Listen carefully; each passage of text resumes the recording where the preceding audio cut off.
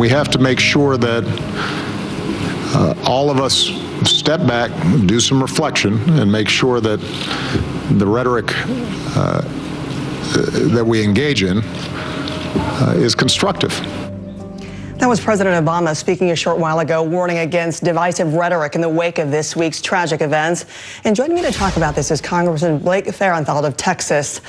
Sir, thank you for your time this afternoon. As I want to get your take, when you hear from President Obama speaking today about the number of protests last night, and even saying that America is not as divided as some will suggest, do you believe our political leaders have done enough to calm the public?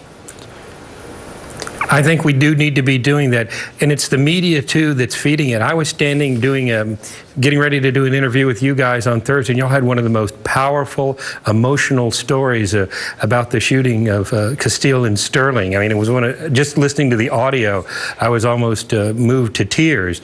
And the coverage in the media as well is adding to that. And we've got to slow down and get the facts and figure out how to address this. Well, that's also, tell me what you think it's feeding into it, because it is my job, it is our job here to get the word out of the very latest here, and also ask the questions of how this happened, why it happened, and how we can prevent it from happening again.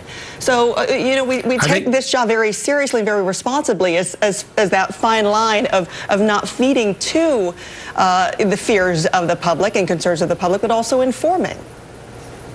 Now, I'm a radio, television, film major, worked in broadcasting since I was a teenager. I understand the necessity of getting the story out and how important it is for people to know, and the impact for good the media can have. But just like anybody else, it's easy to get wrapped up in the emotion of the story. And I'm not criticizing. I think y'all did a great job in reporting. But part of the problem is that we've got all this video that's so powerful right now, both of Dallas, Baton Rouge, and the entire situation. And some people, it just pulls at their heart to want to do something now. But what we've got to do is let the police and the investigators do their job. I don't think there's anybody who doesn't want to find a way to stop this from happening. And the thing is, the police in Dallas were doing it right. There was an African-American police chief who was active in community policing. One of the officers shot was a bike officer. Getting the police officers out of the cars and into the community is doing it right. So what could have prevented this, sir? You're saying it's doing it right, and Dallas and the police department has been praised with their community policing, with their murder rates down, and also, you know, when it comes to how they're reaching out to communities, what could have been done differently this time? Well, I think consistently, I think Dallas, we don't know for sure what was happening. It looks like there was a fair amount of planning behind this event in Dallas. We need to let the police get to the bottom of it and find out. But you've also got to be very sympathetic to police officers. I don't think people are necessarily sympathetic enough. I went through something they do here in Corpus Christi called the Citizens Police Academy in the 90s, where they do a shoot, don't shoot exercise.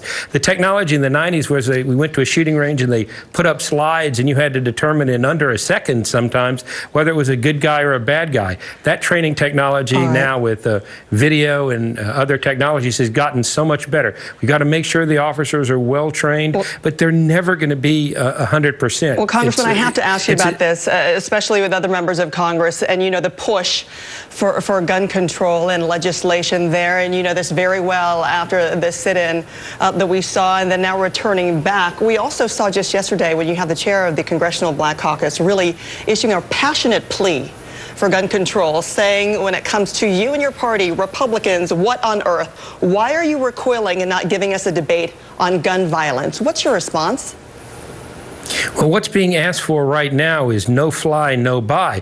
We don't have any evidence that any of the recent attacks would have been stopped by denying weapons to folks on the no-fly list. So the solutions that they're pitching right now are for problems that we aren't that haven't manifested themselves. But it's also saying that, hey, if you can't fly, then why are you able to go about and buy a firearm? Also, well, the other measure that was hoping to get some traction was also with expanded background checks, too. And I have to say, your colleague, Congresswoman Eddie Bernice Johnson, urging, ban on assault weapons as well, as far as that push, and also help with those mental challenges. So what do you believe is not only the correct legislative response, but probably the most realistic? Well, you can't infringe upon people's Second Amendment rights. The problem with no-fly, no-buy is that you don't know how you get on the no-fly list, and there's no good way to quickly get off of it. I mean, we had Senator Kennedy on it at one time. So that's not necessarily the solution.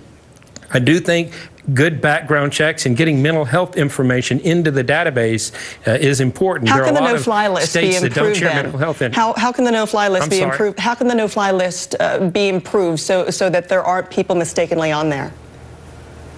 Well, one of the proposals out there that I don't necessarily support is actually getting your ability to get off that in a prompt fashion. So once you're on the no-fly list, try to buy a gun. You have the Cornyn proposal is you can go to court and get it resolved within 3 days. I'm not sure that's realistic or necessarily the best solution. I think addressing mental health issues has got to be job one, and getting that mental health information over gun control, into sir? Over the gun database. Control? I didn't hear you. Over gun control? I think that's a part of gun control, is keeping weapons out of the hands of those who are mentally ill, and that's sharing that data and making it easier for people to get help for their family members that they know have a mental health issue. We've seen instances in the past where these shootings have occurred, and family members have go, this guy needs some help, but chooses not to get it.